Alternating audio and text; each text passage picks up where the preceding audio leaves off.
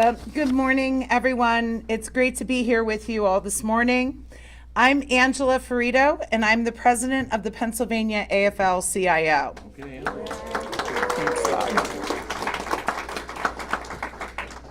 I don't think I have to tell any of you that union power is people power, but I do want to emphasize that union power isn't just about what happens in boardrooms.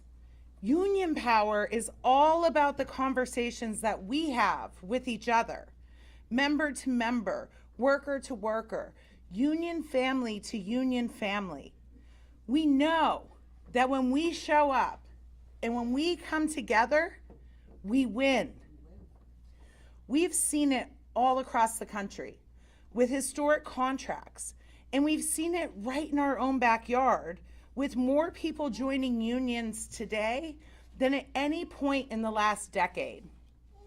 And as more people become union members, we continue to demonstrate that we have earned our seat at the table. We need to be talking through these conversations to show why we back the candidates we back. We need to be talking about Senator Bob Casey, who has been a consistent supporter for organized labor and a pro-union economic policy. Yes.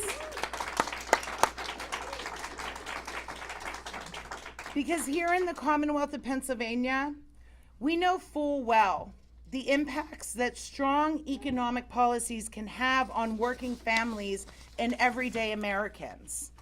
We know that good economic policies lift up labor, and when labor does well, America does well. So we need to come together and make sure that we re-elect Senator Bob Casey because he has always shown up for us. He has always had our backs.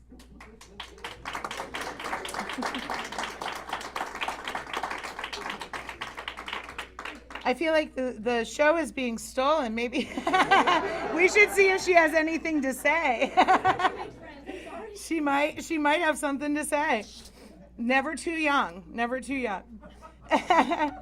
Senator Casey has always been a champion for organized labor. From standing up for striking workers on our picket lines to leading fights to enshrine labor protections into law. He's talked the talk, but more importantly, he has walked the walk.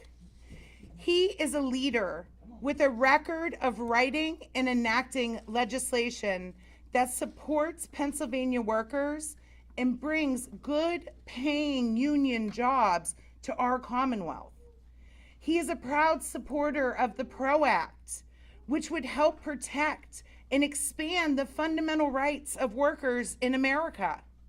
He is ensuring that corporations can't subsidize their anti-union activities at taxpayer expense, and he wants to allow workers to deduct their union dues from their taxes.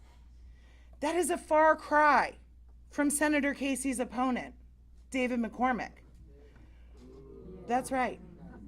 Who built a multi-million-dollar fortune by selling out American workers, killing and outsourcing hundreds of American jobs. You don't have to look any further than what McCormick did to our teachers and our first responders to know that he doesn't stand with us. Not only did his company mismanage their pensions and retirement funds, David McCormick made sure to line his own pockets while he was decimating their freedom to retire with dignity. And let me tell you, that is not someone any working person or any union member should trust with the future or the futures of our country. Because all of us worked hard to get where we are. All of us have fought for our freedom to retire with dignity. We cannot idly sit by while someone like David McCormick tries to auction our retirements away to the highest bidder. Things like this are why every conversation we have between now and Election Day matters. And that's why today is so important. We need to be talking about it. We need to not only show people who we support by showing up, we need to tell them why we support these candidates. Because let me tell you something. This election is not a done deal. We have a fight on our hands. And it is against a bunch of folks dedicated to tearing down the rights that we have fought so hard to win. So here's what we need to do. We need to talk to our fellow union members, our neighbors, our friends, and make sure that they understand what's at stake. Every conversation we have, every door we knock on, every phone call we make to elect Senator Casey brings us one step closer to passing things like the PRO Act to ensure that more workers have the right to organize and to collectively bargain. And it brings us one step closer to a reality where working families aren't just doing everything that they can to merely get by, but they have the ability to get ahead. So, yes. So thank you all for your time, and now I'm going to pass it over to Spencer Dirth.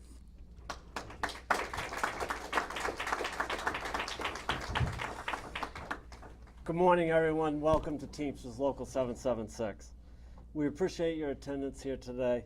My name is Spencer Dirth, and I've been a Teamster since 2008. The Teamsters support the re-election of our senior senator from Pennsylvania, Bob Casey. To quote President Theodore Roosevelt, "It is not the critic that counts, the man who points out the strong man stumbles or where the doer of deeds could have done better. The credit belongs to the man who is actually in the arena, whose face is marred by dust and sweat and blood. Senator Casey is the man in the arena and not just a spectator." While strongly defending the dignity of working people, he was the original co-sponsor of the PRO Act. Senator Casey proposed the No Tax Breaks for Union Busting Act and is working to ensure all workers get the dignity and respect of a $15 hourly minimum wage. He has a long history of defending the right to organize and protect workers' rights in the workplace with an opportunity to retire with dignity and respect. The strength of Senator Casey is in his actions. He currently sits on the Finance Committee, the Committee of Health, Education, Labor, and Pensions, the Select Committee of Intelligence, and the Special Committee on Aging. Where else would you expect the champion of workers to be? Our Scranton-born senator has the working people's issues at heart, in contrast with his opponent in this race. David McCormick's actions show that he's been outside of the arena exploiting workers in situations for his personal gain by moving employment opportunities overseas to exploit workers in other countries. He's been fighting for higher profit margins and fewer opportunities for workers. We need a senator who rewards earning a living and not making a living. We need a senator who will continue to fight for Pennsylvania workers in the arena of Washington, D.C. We need to vote for Senator Bob Casey. With that, welcome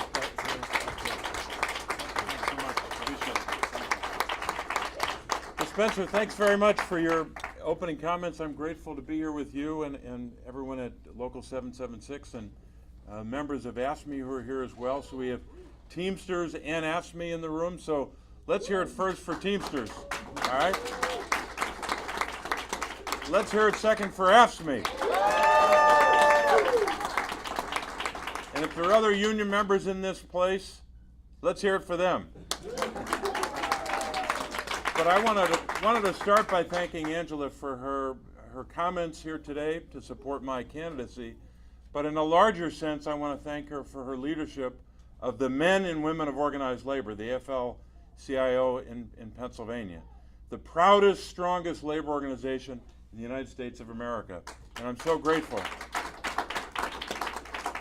for that leadership. But Angela, thank you for leading us as not just on days like Labor Day, but every single day of the year to celebrate what working men and women mean, not just to the economy of Pennsylvania, but the economy of our country. When we have stronger unions and more unions, America is stronger economically, our national security is stronger, and those who try to denigrate unions and try to kneecap them like a lot of corporate America and their political sponsors have tried to do, when they try to do that in Washington, they've got to come through me. And I'm going to keep fighting the battle against those who are trying to denigrate unions. So we're going to continue to fight like hell against those efforts. And I know it's been going on for decades now. Corporate America and their political sponsors, their political lapdogs in Washington, over and over again, try to denigrate workers, try to undermine the right to organize. In fact, they would take away the right to organize. If we have a Republican Congress next year, a House and a Senate, and a Republican president, and the same Supreme Court that we're going to have, the right to organize is threatened. The very right to organize, established in 1935, with a lot of sweat and blood. People lost their lives to have the right to organize. That right to organize will be taken away by Republicans if they have power again. That's going to happen. We have to stop them from doing that. We're not going to sit down and hold their hands and try to talk about it. We're going to stop them from busting unions. We're going to stop them from taking away the right to organize. That's where they're headed as a party. An extreme right-wing party that took away a 49-year right for women. Their next right they're going to take away is the right to organize a union. Why is it, if that's not their position, why is it that they won't support the Protecting the Right to Organize Act? I'd like to have one Republican in Congress stand up and say they support the PRO Act. How about my opponent? We got media in the back of the room. Ask my opponent whether he supports the PRO Act or not. He doesn't, and he never will support it. Ask my opponent whether he'll support restoring the deduction for union dues and work expenses that obscene Republican tax bill in 2017 ripped away. And they did it on purpose to kick labor right in the gut. That's what they tried to do, and they were successful. So next year, we have a big tax fight, and we're going to have a big tax fight. Here's the choice. It's going to be real simple for the American people. If you want to continue tax policy that gives away the store to the biggest corporations on the planet and all the billionaires and the people that make a couple $100 million a year, or the people that make tens of millions, if you want to continue their tax cuts for those Americans, you can do that. You should vote Republican, because that's where they're going. They want to double down on a tax bill that will explode the deficit by more than $4 trillion. They just did it in 2017. That cost us at least $2 trillion. It exploded the debt in 2017. They want to keep doing it. You know what they want to do? They want to keep spending. Because when you give away the store to big corporations and rich people, you are spending money. You are taking money out of the revenue stream and giving it away to the top. So if that's what folks want, they should vote for my opponent and the other side. But if they want a senator who's going to go to Washington and continue to fight to protect the working men and women of this state and pass the PRO Act and pass a middle-class tax cut, they should vote for me. Because that's what I'm going to do. You know why? You know why those billionaires are in this state right now, paying for most of the ads my opponent has? That billionaire-funded super PAC, which we thought would only be about $30 million. Now it's growing beyond that. It's almost $50 million. And there's some estimates that it can go a lot higher than that. You know why that super PAC is in Pennsylvania? Like they're in no other state? One super PAC set up for one candidate? because they know that I'm against those billionaire tax cuts. I'm telling them, if you re-elect me, I'm voting against your billionaire tax cuts. So you better beat me, because I'm going to defeat you. That's what I'm going to do. The big corporations are mad at me because I had the audacity to raise the question of greedflation and price gouging. You know what? They're going to stay mad at me because I'm going to continue to prosecute the case against price gouging by these huge multinational corporations that are jacking up the cost of food, jacking up the cost of household items, and making working families pay more. We're going to go after them, we're going to investigate them, and we're going to hold them accountable for price gouging. That's what we're going to do. And obviously, they don't need these big corporate tax breaks that they got in 2017. You know, every time we reduce the corporate tax rate by 1 percentage point, $100 billion goes out the window for over the 10-year period. 1 point. So when that tax rate was dropped from 35% to 34, $100 billion went out the door over the 10-year. And then when they went from 34 to 33, another $100 billion went out the door. So they talk about spending. Give me a break. So they got the big corporate tax breaks. The billionaires did better than they've ever done before after having the tax code rigged over and over again for 40 years. And then in the same bill, they rip away the right of union members to deduct their union dues. That is outrageous. It's disgusting. And we got to stop them from doing that again. But we're not done there. There's also a tax provision that's been around a long time. And it's shameful that this is part of our tax code. These big companies, when they hire a consulting firm or a law firm to bust a union, guess what they get? They get a tax break for that. That's considered, quote, a business expense when you bust a union. So that's another part of the tax code we should change. We should take away the tax cuts for billionaires and big corporations, number one. And number two, we should take away the tax break that they get for busting unions. That's what we should do when we get elected this year. So look, it's a real simple choice here. There's no common ground in this race between my opponent and me when it comes to supporting the men and women of labor. And I'm proud, very proud, of the support that I have from the AFL-CIO across our state and the building trades across our state. The people who are in the trenches every day, making our communities work, moving this Commonwealth forward, those workers support me, not simply because of my record, but because they know what the other guy was doing. While I was fighting for union rights and fighting for working families in Pennsylvania, he was making a lot of money investing in China. He not only invested in Chinese companies, he invested in companies that built the Chinese military. That's what he was doing when he was living up in Connecticut running the biggest hedge fund in the world. When he was in that same hedge fund, he invested in the largest producer of fentanyl in China when he was running that hedge fund.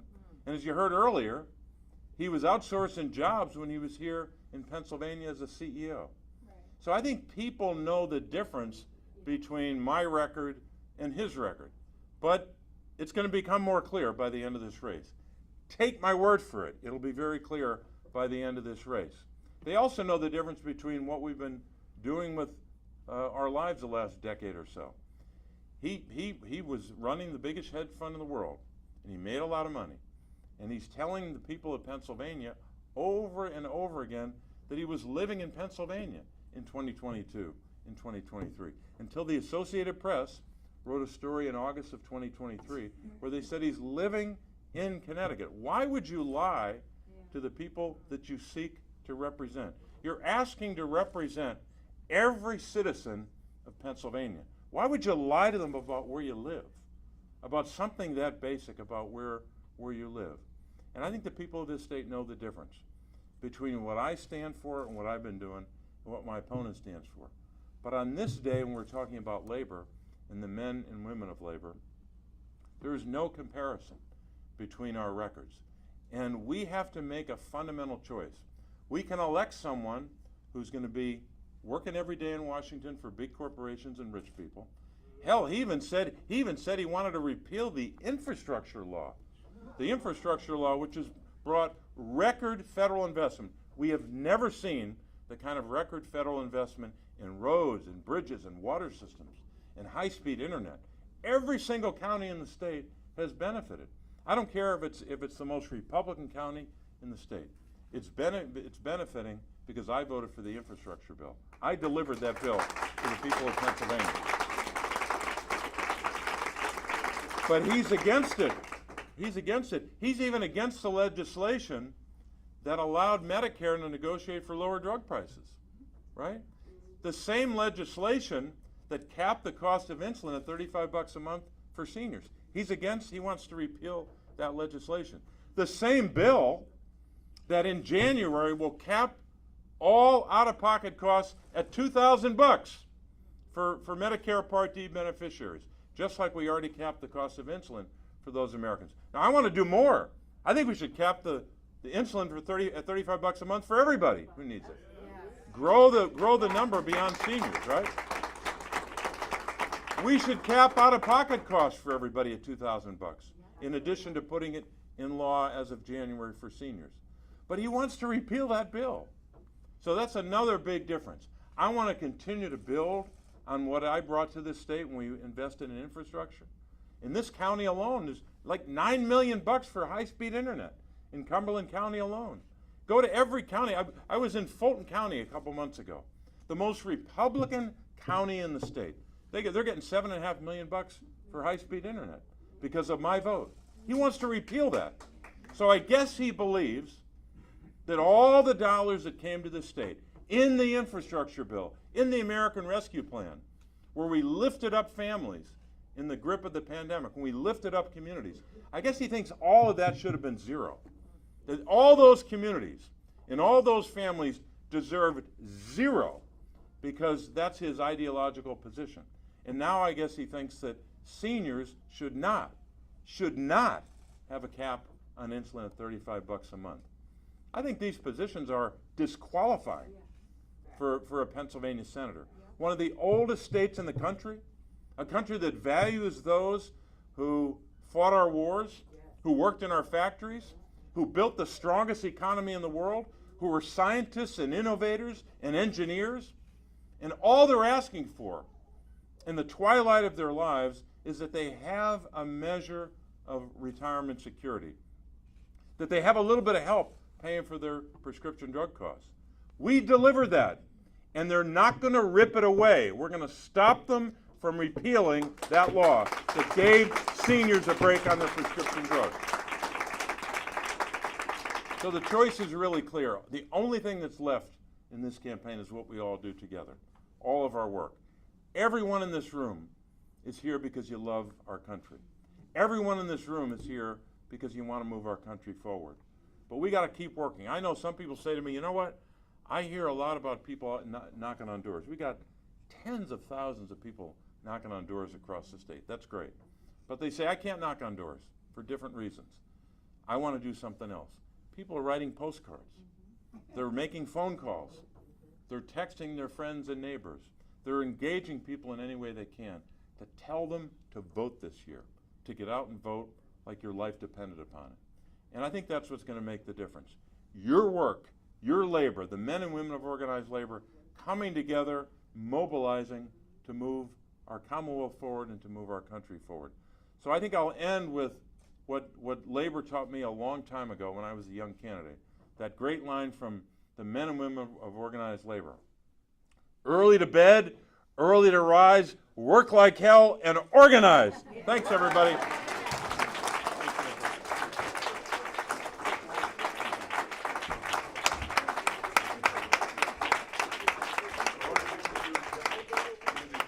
The senator is going to answer some questions from the media, but in the meantime, could we have everyone kind of group up here so we can get a nice group photo? Thank you. Run back here real quick.